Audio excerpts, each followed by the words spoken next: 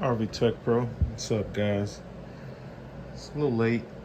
It's about 9:40. Just getting in good for my last call. I was actually done with the call like at, I don't know, I didn't get there till like 7:30.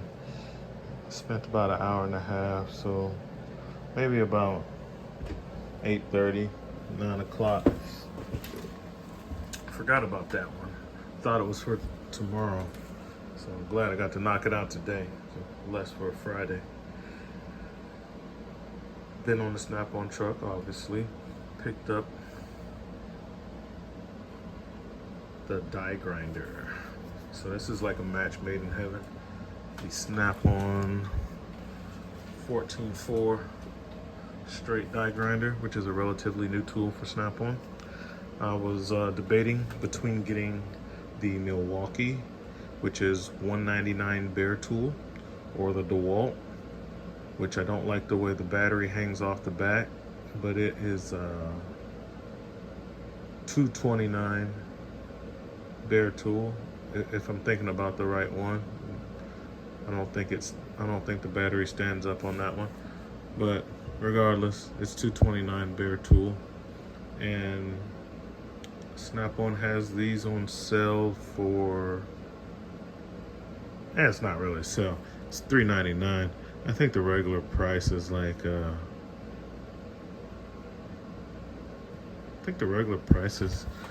on my receipt, I think the regular price is like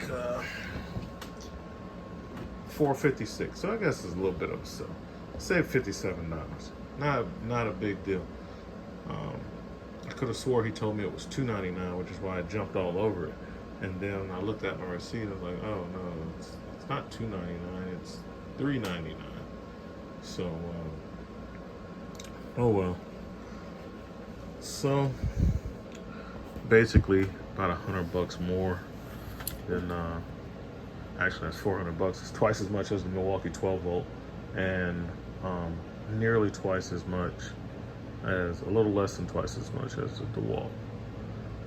Didn't mind getting it.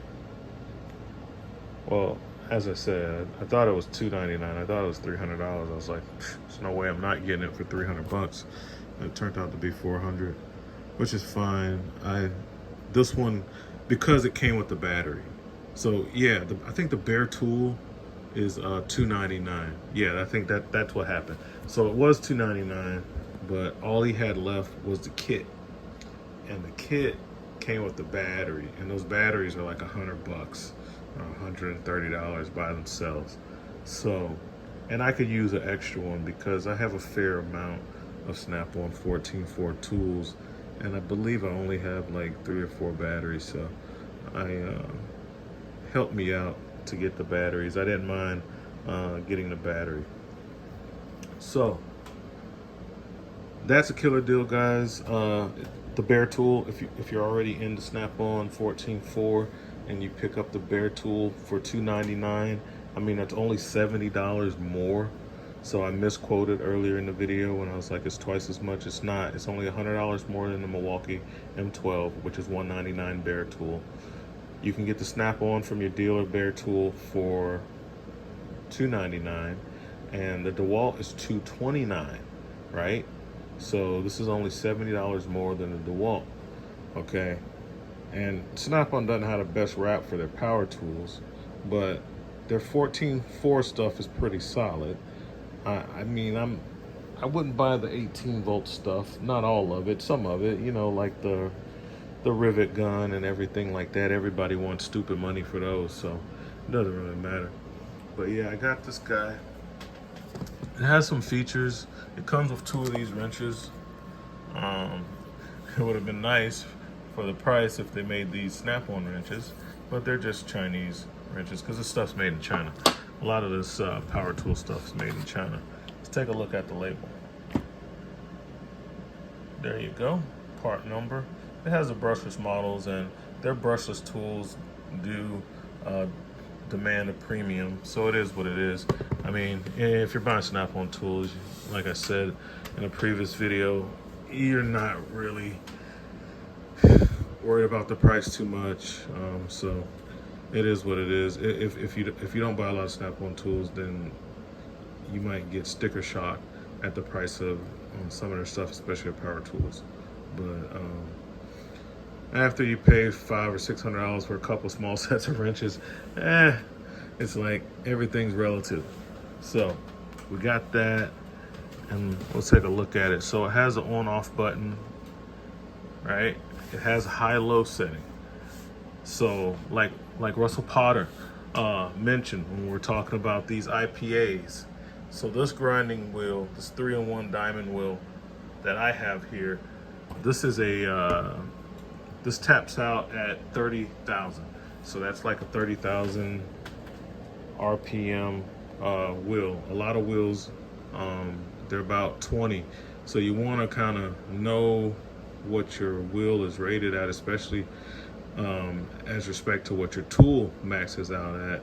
And if the tool is really strong, it helps to have a high and a low setting, and then you can even dial it in even more with these speed or power settings, however you look at it. Be nice to see the guys at the Torque Test channel put this on their dyno, because they do have a grinder dyno that they've been doing a lot of right angle grinders and stuff, and some of the Harbor Freight stuff, putting up numbers, guys, compared to some of the other stuff. And I mean, those things only cost like $10, $12, $15 on some of them. So I like to see Torque Test channel get a hold of one of these and see where it stacks up. That Makita, it's real chunky, but that straight Makita, it was doing some good numbers too. So yeah, I'd love to see this guy on the Torque Test channel, because they don't have not a whole lot of people make straight die grinders in the battery variety. And even me, this is my first battery operated straight. I've been using a Cobalt air powered one for the longest. So yeah, so those are the features. It has an automatic. If you don't want to use the 2 wrenches, you can just use 1 wrench, and you can use this button right here, which locks out the shaft to where you can just do it with 1 tool. So that's nice. Has a couple features. I always get the mag boots. The mag boots is like an extra $40, but I like having the mag boots. I have a few of these. But that is the CGR Sierra 86 5 Whiskey 1, because it's a kit. And again, part number on that guy. I ordered these a while ago and they came in. These are, and you can see the size of them. So I have the larger ones, which I've shown, and these are the smaller versions. So as you can see, this cord is about the size of a fuel line for like a generator. So it's plenty big enough for a fuel line, which is what I bought these for. $37 a piece. They're Blue Point. They auto lock in, and you pull the handles apart to release them. It has like a little cam mechanism, and they stay really tight. I had I'll do an update on the Craftsman hose clamp pliers. I did notice when I first reviewed those that I didn't like how it had that gap in there and the jaws didn't go closed. Well, when I was working on a QD 7500 and I had to remove it from the motorhome and clamp off those lines using those Craftsman hose pinch off pliers, they suck, guys. They didn't do a good job. You know, the line was still dripping, and it's because of the gap. It just would not clamp down tight, which is what I love about these. These go all the way closed, and they lock in tight like a pair of locking pliers, and they're awesome. I just wanted some smaller ones, so I grabbed a couple of smaller ones, and definitely be throwing those on the truck. And I have the medium-sized one. Blue Point also makes a larger pair, so they come in 3 sizes. There's your part number. You know, the PHP 3 alphas, and it's just a great tool. Go ahead and get them. They're not that expensive. I think even the larger ones are about the same price, about 40 bucks. So it's not really much of a price difference between the bigger ones and the smaller ones. You're gonna pay about the same for the smaller ones as the medium-sized one. And then they have a really big one, I guess, for like radiator hoses, that I probably wouldn't mind having. Maybe I'll consider that for the radiator hoses. I do have some other Blue Point, the plastic type, like the Craftsman, and I've used those on the radiator hoses and they work fine. So I'll think about it, because like I said, the larger ones don't cost much more than the small ones. So I might go ahead and get those because they're such a superior pinch off plier, and they're awesome. The handles are great, feel good. Threw me the hat, and he was looking for a tool bag to give me, but he couldn't find it. It's probably in the storage building, so I didn't get that. I use Vito bags, so you know, it's kind of like when you start using really good stuff, and then you know, you got Vito bags that you're using for tool bags. You don't want a Milwaukee bag. You know, that's like, graduated from that. I have something that works so much better. I don't want to just throw all my stuff in one single bag like that. Or, you know, it's a good bag. So I like the Vito bag, so I'll stick with that. So it didn't bum me out too much about that. I also went by Harbor Freight, and I'll talk about this later. We'll do another video on that tomorrow. It's a torque screwdriver, because I have a snap-on kit that comes with a nice attachment that you can put on your 1/4-inch torque wrench that will give you a very precise way to torque your transfer switches, breakers, so the electronics that go into a camper, breaker boxes and things like that. Those things have torque specs, and it's very important to use them for my RV techs, or even someone that's fooling around in their house box with those breakers and you just crank down on it. Man, that's risky.